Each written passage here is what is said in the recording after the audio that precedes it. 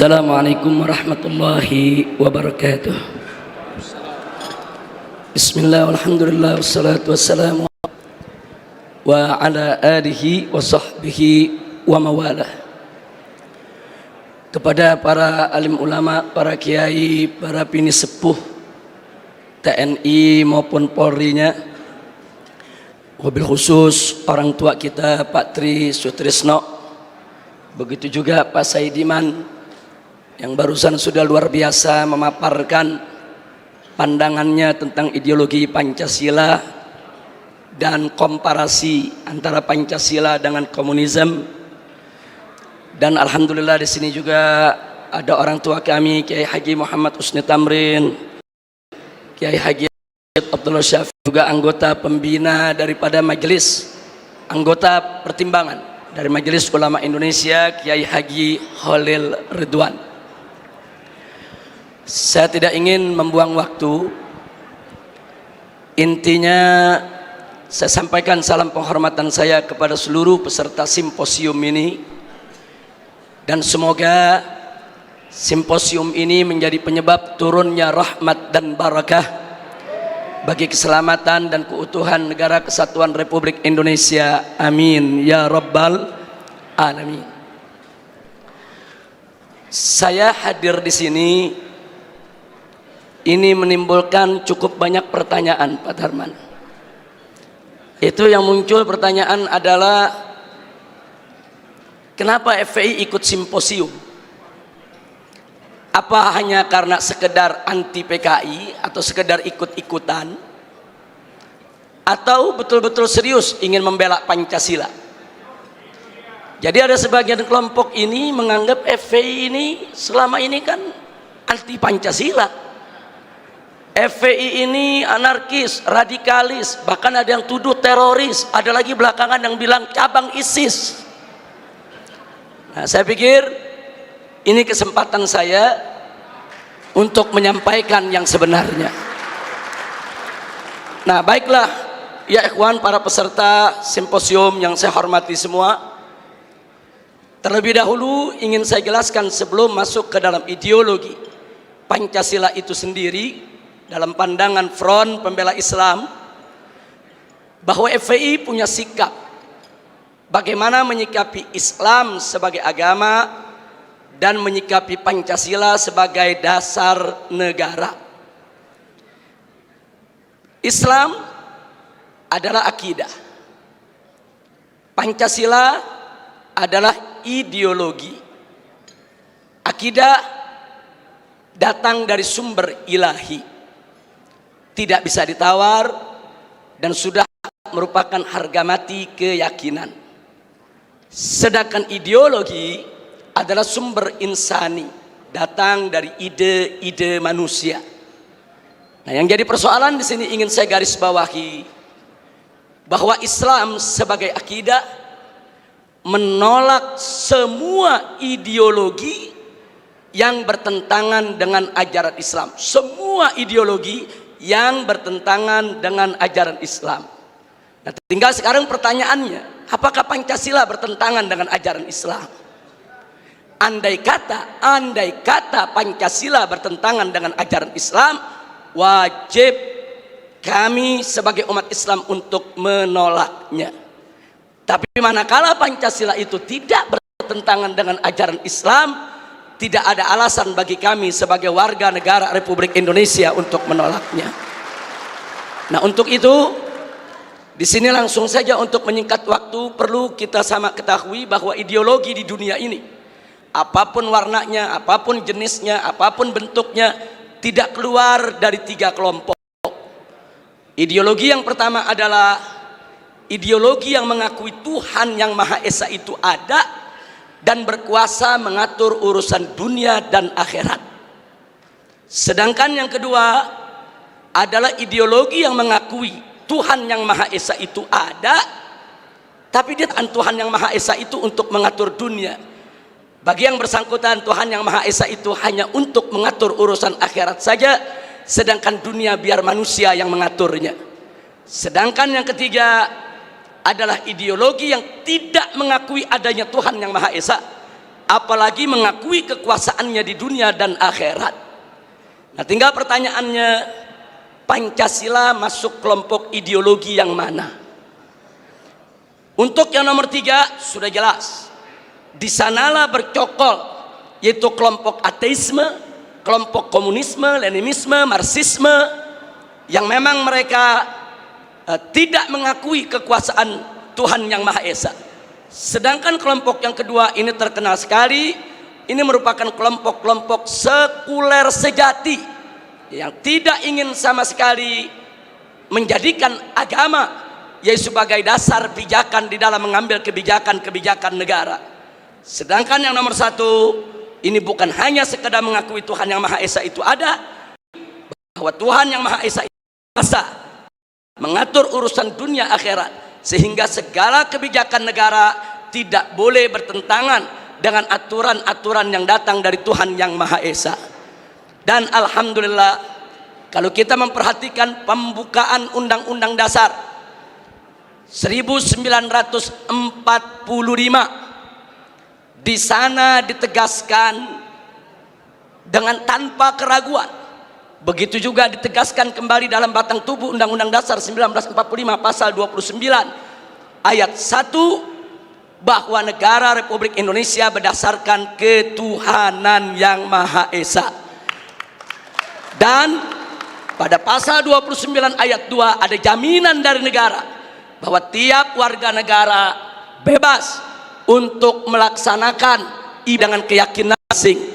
Dengan demikian, bahwa sesuai dengan pembukaan Undang-Undang Dasar 1945 dan batang tubuhnya, bahwa Pancasila menganut ideologi yang pertama sehingga tidak bertentangan dengan Islam, bahkan harus diasuh dalam rawatan Islam. Jadi maksud saya diasuh dalam rawatan Islam, umat Islam sebagai mayoritas penduduk Republik Indonesia harus ikut secara proaktif, ikut serta di dalam menjaga Pancasila, merawat Pancasila, memelihara Pancasila. Jangan sampai Pancasila ditafsirkan dengan aneka ragam penafsiran yang diselewengkan. Nah, mudah-mudahan umat Islam seluruh Indonesia bisa memahami ini dan bisa ikut serta dilibatkan untuk menjaga daripada peninggalan para founding father selaku pendiri alamin. Nah, baik, dari sinilah ingin saya katakan, saya tidak sepakat. Sekali lagi terlebih dahulu saya sampaikan, saya tidak sepakat kalau ada yang mengatakan Pancasila itu pilar negara. Karena dalam Undang-Undang Dasar kita, Pancasila itu adalah dasar negara. Andai kata, andai kata ada kelompok-kelompok yang tetap ngotot, ini bukan sembarangan pihak. Karena kemarin yang mengkampanyekan 4 pilar negara itu DPR MPR ke seluruh Indonesia. Nah, karena itu saya katakan, andai kata pun 4 pilar negara itu sebagaimana yang mereka sampaikan, yaitu Pancasila, kemudian juga ada Undang-Undang Dasar 1945, Bhinneka Tunggal Ika dan NKRI, seluruhnya tetap harus berdiri atas dasar ketuhanan yang Maha Esa. Sehingga saya berani mengatakan dalam forum ini, Indonesia adalah negara berdasarkan ketuhanan yang Maha Esa. Artinya bagi kami umat Islam, Indonesia adalah negara tauhid, bukan negara ateisme. Nah, ini sengaja saya ingin tekankan di sini. Walaupun tadi katakanlah Pancasila, UUD 45, Bhinneka Tunggal Ika, NKRI mereka ingin jadikan sebagai pilar, tapi jangan lupa bahwa sila pertama daripada Pancasila yaitu ketuhanan yang Maha Esa itu merupakan sumber daripada sila-sila yang lainnya. Sila kedua, kemanusiaan yang adil dan beradab, itu semua bersumber daripada ajaran Tuhan yang Maha Esa. Sila ketiga, persatuan Indonesia, itu juga bersumber daripada ajaran Tuhan yang Maha Esa. Nah, kemudian sila keempat, kerakyatan dipimpin oleh hikmat kebijaksanaan dalam permusyawaratan perwakilan, itu pun juga bersumber dari ajaran Tuhan yang Maha Esa tentang musyawarah untuk mencapai seluruh rakyat Indonesia, itu juga bersumber daripada ajaran Tuhan yang Maha Esa. Jadi dasar utama republik ini adalah ketuhanan yang Maha Esa.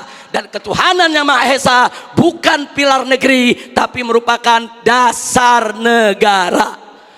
Mudah-mudahan Allah memberkahi kita semua.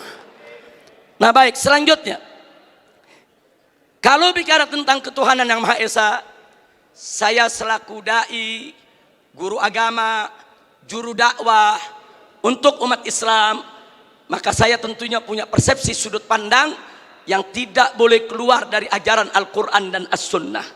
Karena itu bicara tentang ketuhanan yang Maha Esa, maka segala bentuk perbuatan dan semua jenis pemahaman yang bertentangan dengan nilai-nilai luhur ketuhanan yang Maha Esa tidak boleh ada di seluruh wilayah negara kesatuan Republik Indonesia. Yang oleh karenanya, dengan tanpa ragu saya nyatakan di sini, segala bentuk perbuatan, apapun perbuatannya, apakah itu sihir, perdukunan, pemurtadan, riba, korupsi, miras, narkoba, judi, persinahan, pornografi, porno aksi, premanisme, pembunuhan, dan terorisme, semuanya bertentangan dengan nilai-nilai luhur ketuhanan yang Maha Esa, tidak boleh ada di republik ini ya ikhwan. Karena itu kami dari FPI selalu melakukan penentangan dan perlawanan secara konstitusional terhadap segala produk perundang-undangan yang melegalkan minuman keras, melegalkan prostitusi, melegalkan perjudian, melegalkan segala kemunkaran, karena semua itu bertentangan dengan nilai-nilai luhur ketuhanan yang Maha Esa.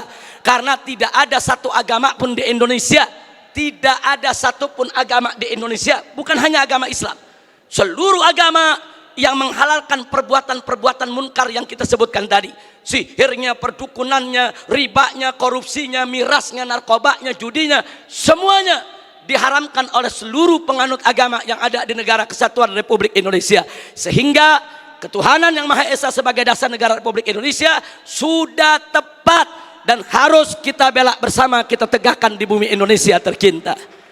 Nah kemudian semua jenis pemahaman seperti spilis, sekularisme, pluralisme, dan liberalisme sudah difatwakan oleh Majelis Ulama Indonesia sejak tahun 2005-2006 yang lalu, bahwa sekularisme, pluralisme, liberalisme bukan dari ajaran Islam, bahkan merupakan paham yang sesat dan menyesatkan.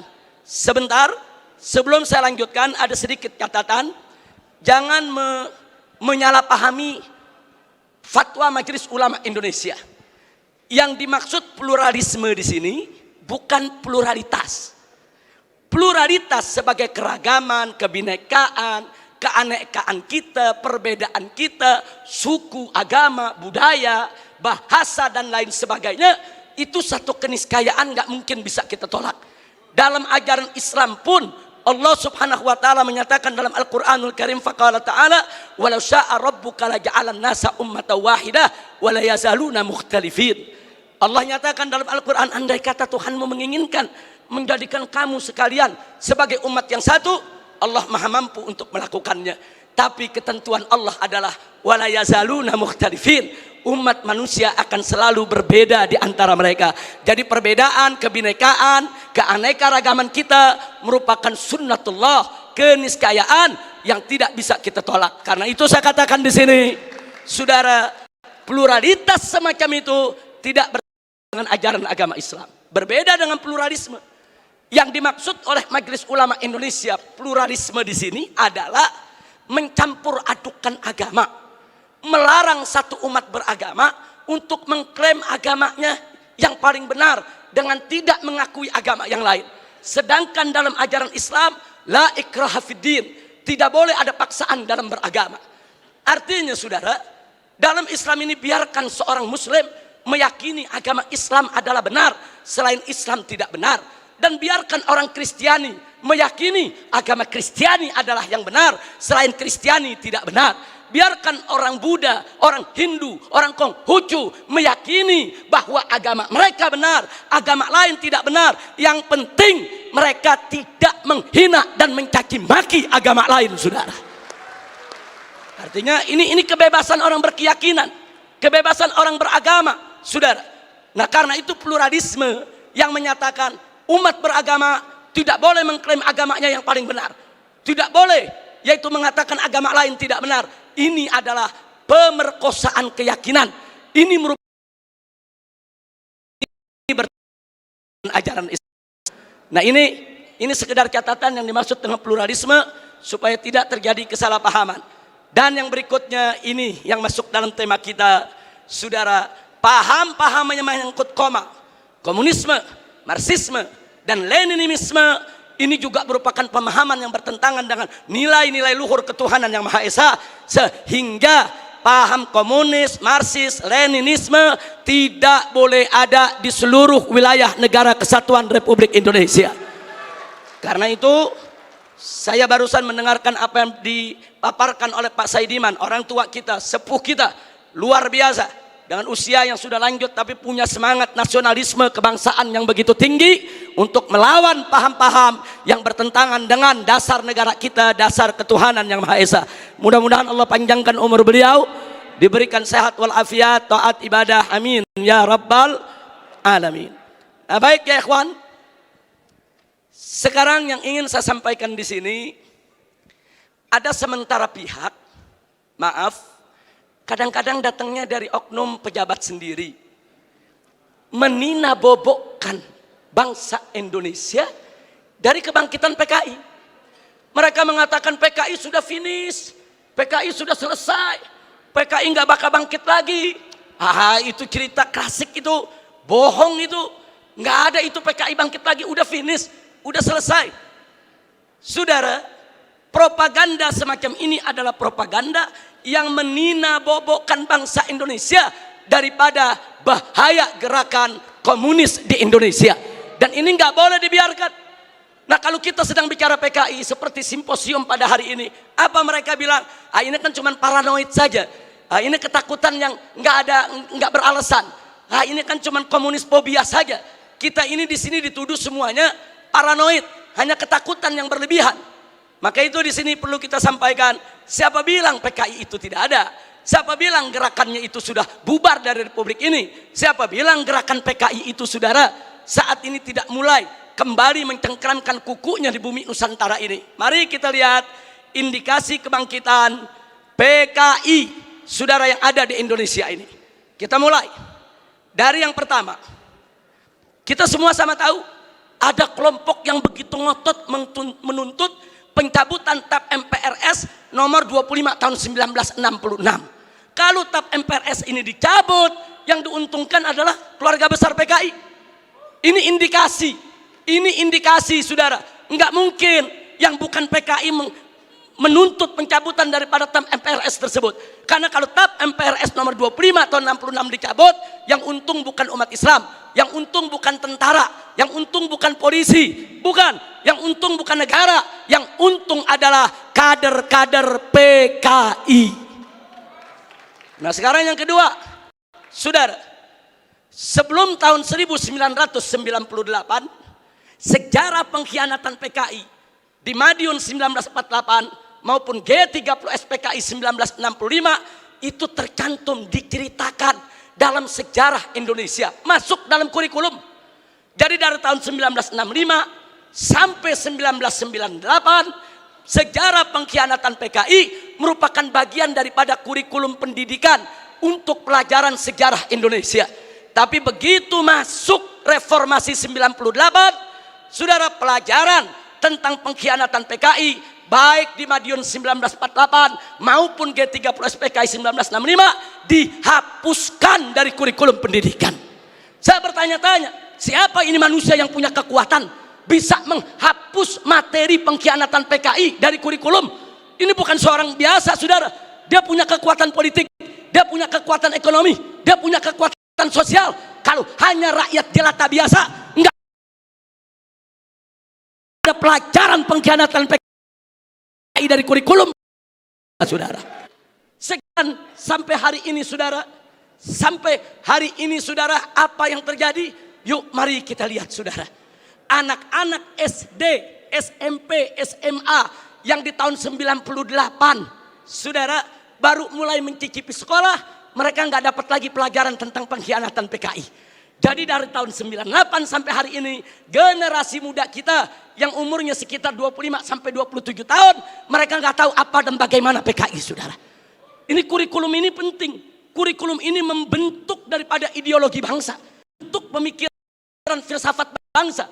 Kalau jangan kaluan, saudara, 25 atau 27 ke bawah, tidak ada yang tahu PKI.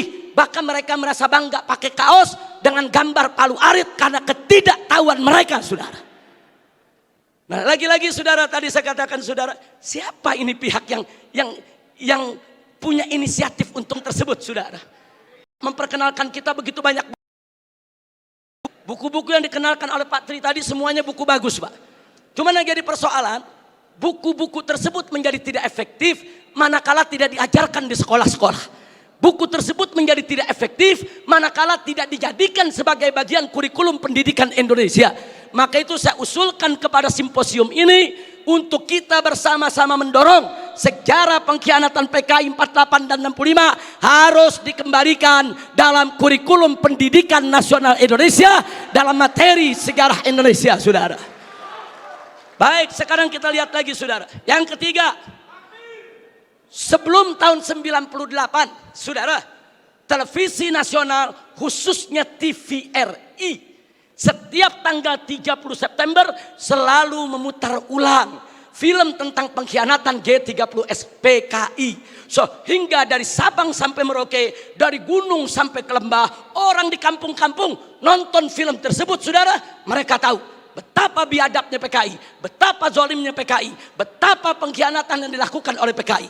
Tapi sayang sejuta sayang, setelah reformasi tahun 98 tidak ada satupun stasiun televisi sampai hari ini yang berani menayangkan kembali daripada film pengkhianatan G30S PKI, saudara. Ada apa? Siapa itu orang yang bisa nakut-nakuti televisi? Siapa itu orang yang bisa neken media televisi? Siapa itu orang yang menguasai media di kita punya negeri sampai media takut, nggak berani untuk menayangkan film itu kembali, saudara? Akibatnya 98 sampai hari ini anak-anak muda kita, saudara, anak kebiadaban PKI, saudara, ditasa, saudara, dari Sabang sampai Merauke se-Indonesia, saudara. Nah, ini fakta, ini merupakan indikasi kebangkitan PKI yang tidak terbantahkan. Omong kosong kalau ada mengatakan PKI tidak akan bangkit. Omong kosong kalau ada mengatakan PKI akan bangkit atau PKI ini sudah final tidak akan bangkit lagi. Omong kosong, saudara. PKI sedang bergerak, PKI akan bangkit kembali, PKI akan melibas kita semua kalau kita tidak merapatkan barisan dari sekarang, saudara. Mudah-mudahan Allah menyatukan kita semua. Baik, yang keempat, langsung saja, saudara.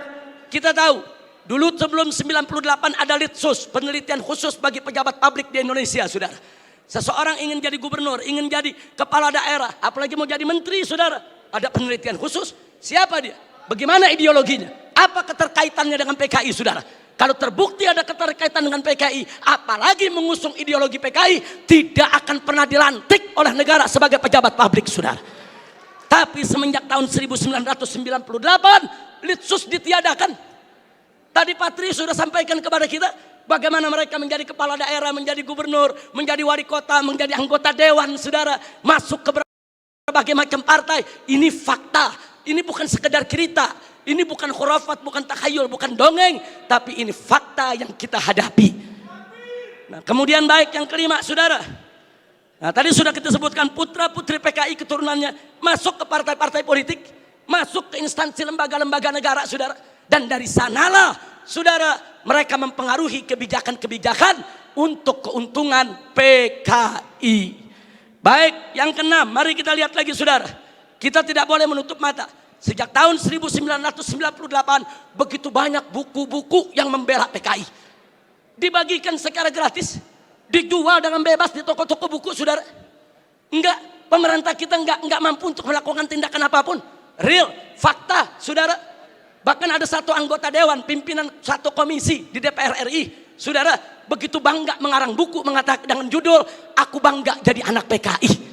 Enggak sampai di situ, bahkan dia karang buku lagi dengan judul "Anak PKI Masuk Parlemen", seolah-olah dia ingin meledek semua yang anti PKI. Manusia-manusia Indonesia yang anti PKI, ada urusan apa dengan kalian? Aku bangga jadi anak PKI. Hei bangsa Indonesia, Bangsa Indonesia yang anti PKI, ada apa dengan kalian benci PKI? Ada apa musuh PKI? Aku anak PKI masuk parlemen dan aku bangga menjadi anak PKI. Innalillahi wa inna ilaihi rajiun. Ini indikasi. Yang ngomong yang sebelah sana. Lanjut. Ini sudah atau saya lanjutkan ini? Sebab dapat teguran 1 menit lagi mesti selesai. Padahal saya bawa materinya 25 menit. Tapi dikasih waktu 15 menit. Saya mau tanya dulu sama peserta ini. Izinnya. Baik, supaya menyingkat waktu, Pak Tarman Azam, beliau kawan saya, Masya Allah, salah seorang pimpinan PWI. Mudah-mudahan panjang umur. Amin ya Rabbal Alamin. Baik, berikutnya, saudara, mari kita lihat yang nomor 7. Saudara, adanya usulan RUU KKR, Komisi Kebenaran dan Rekonsiliasi, ini juga tidak lepas dari peran-peran untuk kepentingan PKI. Kemudian yang ke-8, bagaimana Komnas HAM luar biasa saudara, berikut LSM liberal yang menjadi LSM komprador, saudara, yang bersuara untuk kepentingan asing, juga mereka semua bersuara untuk membela PKI. Yang ke-9, maaf saudara, ya ada bantuan Cina kepada Indonesia, berikut kompensasinya. Saya tidak campur urusan ekonomi negeri ini saudara. Tapi kalau sudah bantuan dari negara komunis Cina ke Indonesia dengan kompensasi tenaga kerja yang masuk Indonesia, wajib untuk diwaspadai saudara. Nah kemudian jangan lupa yang ke-10 saudara, ada beberapa parpol, bukan satu, yang terang-terangan mengirim kader-kadernya ke Republik Rakyat Cina untuk ikut pendidikan politik. Mereka dididik oleh Partai Komunis Cina, saudara. Ada apa? Ya, itu hak partai tersebut, itu hak pribadinya, saya tidak ikut campur. Tapi saya sebagai bangsa Indonesia punya hak untuk mewaspadai partai-partai yang menjalin kerjasama dengan Partai Komunis Cina, saudara. Baik, saudara. Yang ke-11, di mana-mana ada seminar, ada temu kangen, saudara. Di mana-mana ada temu kangen PKI, seminar PKI, saudara. Sementara, saudara, dari pihak aparat keamanan setengah hati untuk membubarkan mereka, saudara. Berapa kali di Taman Ismail Marzuki mereka menggelar acara, bikin kegiatan, saudara. Ada bentrokan dengan gerakan bela negara, dengan laskar-laskar FPI di beberapa tempat, saudara. Ada apa? Ada lagi anggota-anggota dewan yang merupakan kader PKI menggunakan kunjungan kerja mereka untuk membuka temu kangen kader PKI sebagaimana terjadi di Banyuwangi beberapa waktu, saudara. Yang ke-12, pembentukan Ormas Orsospol yang berafiliasi kepada PKI, pemutarbalikan segala PKI dan lambang PKI, saudara. Saat ini di kalangan selebritis kaula muda, dan maaf, sampai Menko Polhukam, maaf, harus saya sampaikan saudara, begitu kami protes adanya kaos-kaos berlogo PKI, kan saudara, tentara dan polisi tidak usah over, jangan berlebihan, jangan kalau ada logo PKI dianggap PKI, ini kan cuma tren anak muda. Logo PKI itu termasuk sosialisasi lambang PKI. Itu dilarang, saudara, oleh TAP MPRS nomor 25 tahun 66, dilarang juga oleh Undang-Undang nomor 7 tahun 27 tahun 99, dilarang juga oleh TAP MPR RI nomor 1 tahun 2003, dan dilarang oleh KUHP pasal 107 A, B, C, dan D serta E, saudara. Enggak bisa, kalau itu sudah masuk larangan, seorang Menko Polhukam tidak berhak melindungi logo Palu Arit hanya dengan alasan itu adalah tren kaula muda, saudara. Takbir, Allahu Akbar, merdeka.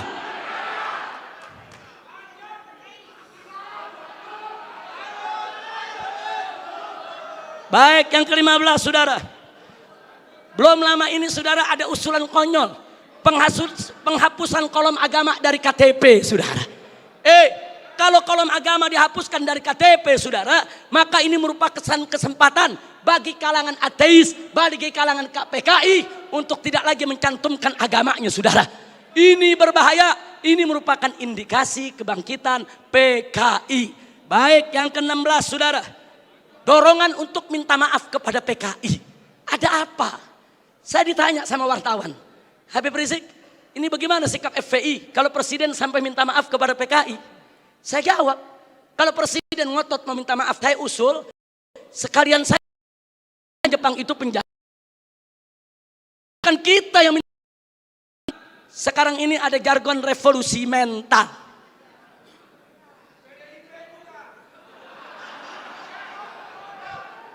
Kalau yang dimaksud revolusi mental adalah revolusi akhlak, revolusi moral, revolusi budi pekerti, dari tidak baik menjadi baik, tentu kami dari FPI akan sangat-sangat mendukung.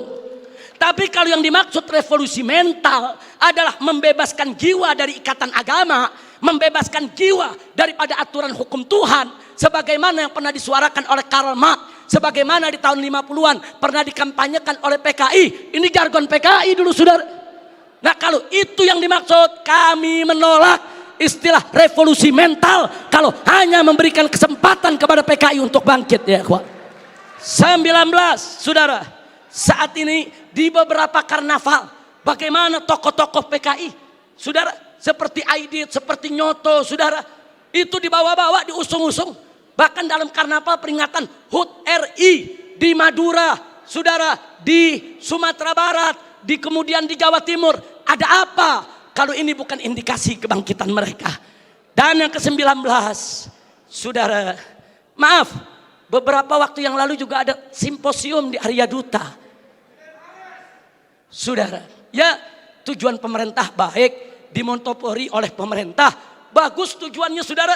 Tapi sayang sejuta sayang, saudara, sium tersebut hanya menguntungkan kader bangsa Indonesia sendiri, saudara. Nah, karena itu, saudara, yang terakhir, yang ke-20, saudara. Yang terakhir, saya sedih, kecewa bercampur marah.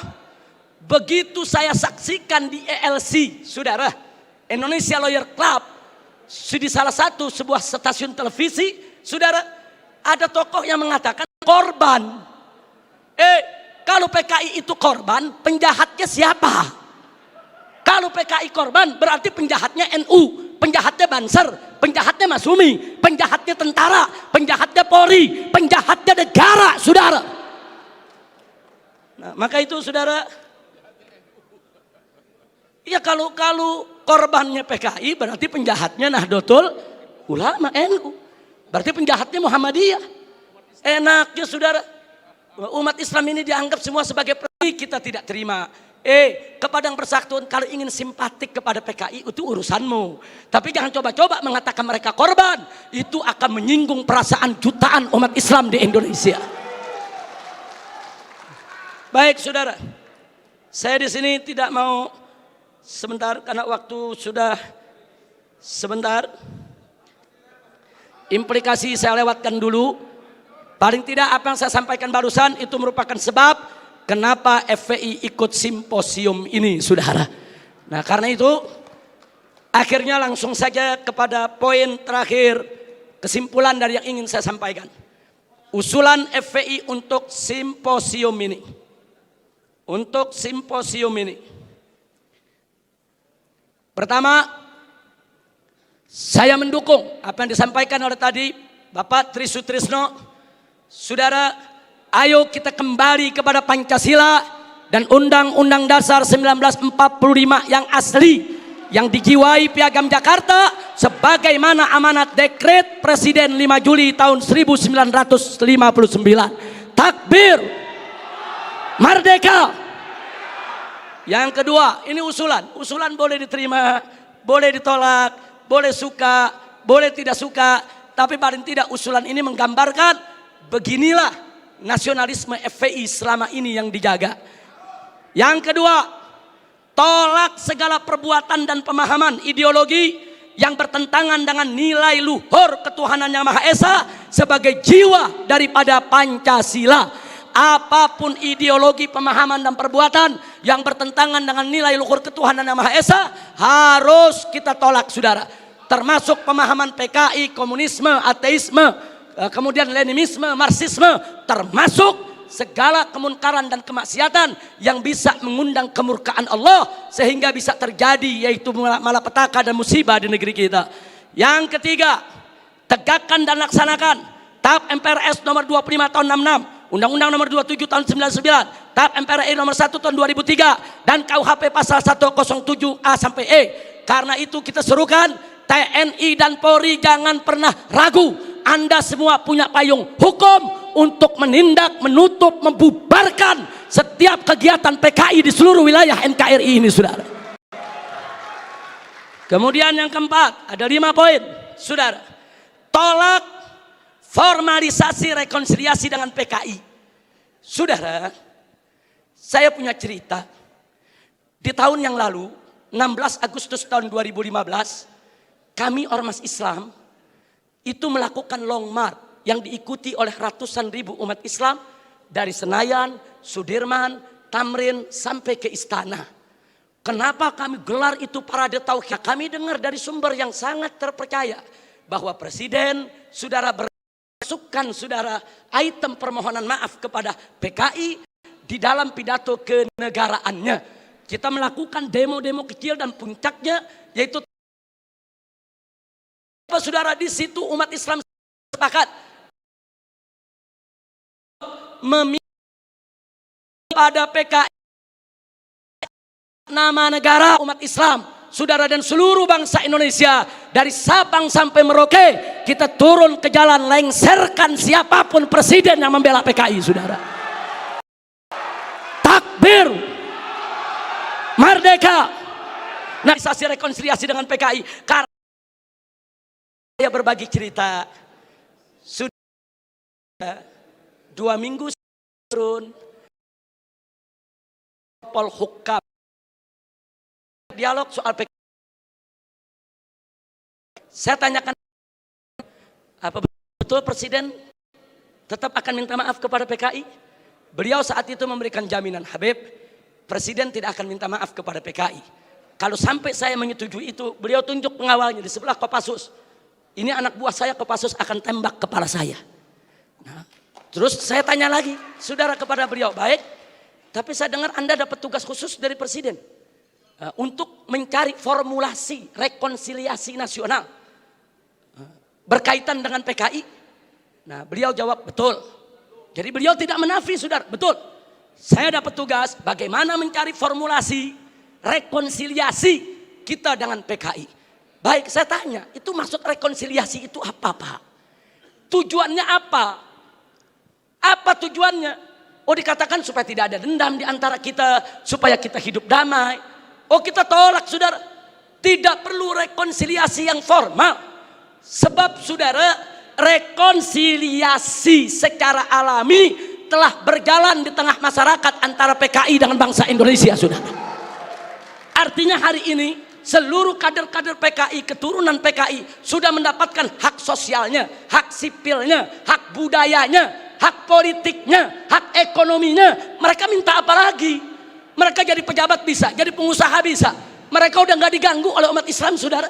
Itu rekonsiliasi alami, saudara. Tinggal kita minta kepada keturunan PKI tersebut, silakan kalian berkarya, silakan kalian ini berkarir, silakan kalian berjuang untuk bangsa ini. Tapi satu syarat, kami tidak akan ganggu kalian jadi pejabat, jadi bisnismen, jadi pengusaha. Tidak. Tapi jangan lagi bangkitkan ideologi komunis, jangan lagi bangkitkan partai komunis di Indonesia. Nah, tapi sekarang mereka minta lebih, mereka minta partai komunis dipulihkan kembali. Dan lebih kurang ajarnya lagi, saudara, mereka minta negara minta maaf kepada mereka. Ini rekonsiliasi macam apa? Maka itu rekonsiliasi yang diformalisasi oleh pemerintah, saya khawatir ini akan membuka luka lama sejarah dan ini bisa membuka fitnah yang sangat berbahaya, saudara. Makanya tepat yang dikatakan oleh Kiai Haji Salahuddin Wahid, cucu daripada saudara pendiri Nahdlatul Ulama beberapa waktu yang lalu, kalau presiden, pemerintah ini sampai minta maaf kepada PKI akan melukai seluruh perasaan daripada warga NU. Dan saudara, lebih telak lagi yang disampaikan oleh anggota Dewan Pertimbangan Presiden, yaitu Kiai Haji Hasyim Muzadi, beliau sampaikan langsung kepada Bapak Presiden, kalau Bapak minta maaf kepada PKI, bukan hanya NU yang terlukai, seluruh umat Islam bangsa ini akan terlukai. Ini bahaya, ini negeri udah damai, udah tenang, kita nggak ribut-ribut lagi soal PKI, saudara. Kenapa mau dikorek-korek lagi luka lama, saudara? Nah, karena itu, saudara, kalau ada usulan bongkar itu kuburan massal yang isinya PKI, apa seluruh kuburan mau dibongkar?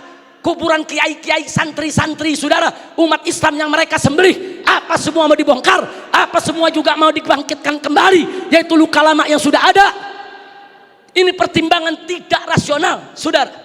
Karena itu kami dari FPI menolak formalisasi rekonsiliasi dengan alasan apapun, saudara. Tapi kami menerima kader-kader keturunan PKI saat ini dikembalikan hak sosialnya, hak ekonominya, hak politiknya, saudara. Kita terima, mereka bangsa kita, mereka saudara kita. Silakan hidup bersaudara berdampingan dengan kita, dan mereka harus tunduk kepada Pancasila. Jangan lagi menghidupkan daripada komunisme. Sebagai penutup yang kelima, saudara, saya ajak semua yang ada di sini untuk menyerukan jihad konstitusional secara nasional melawan semua gerakan komunis dan neolib untuk selamatkan keutuhan negara kesatuan Republik Indonesia, saudara. Takbir, Allahu Akbar, merdeka. Itu saja yang bisa saya sampaikan. Hadiani Allah wa iyyakum ila siratal mustaqim. Wassalamualaikum warahmatullahi wabarakatuh.